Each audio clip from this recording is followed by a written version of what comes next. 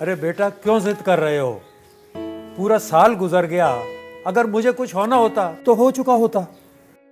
अब बिला जरूरत वैक्सीन क्यों लगवाऊं?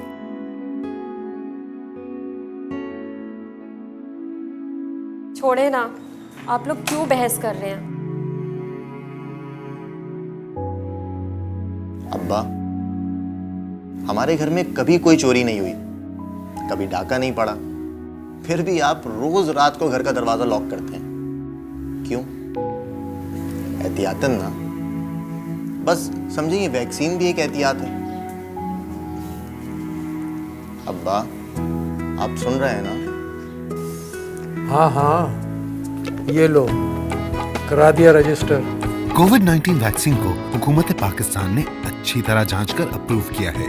ये वैक्सीन लगवाने से आपके जिस्म में इस वायरस से लड़ने की सलाहियत पैदा होती है। तो आए अपना CNIC नंबर 1166 पे भेजकर हुकूमत पाकिस्तान की महफूज, मुफ्त मगर मरहलावार वैक्सीन के लिए खुद को रजिस्टर करवाएं और एक कौम बनकर कोरोना को हराएं।